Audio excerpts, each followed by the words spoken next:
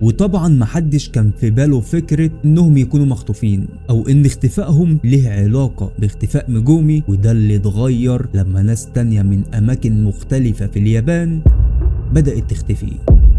والغريب ان اغلب اللي بيختفوا من مناطق ساحلية وقريبة من البحر. الاختفاءات دي استمرت من سنة 1977 لسنة 1980، يعني على مدار 3 سنين، وعدد الاشخاص اللي اختفوا وصل ل 17 شخص، ومعظمهم كان سنه في العشرينات.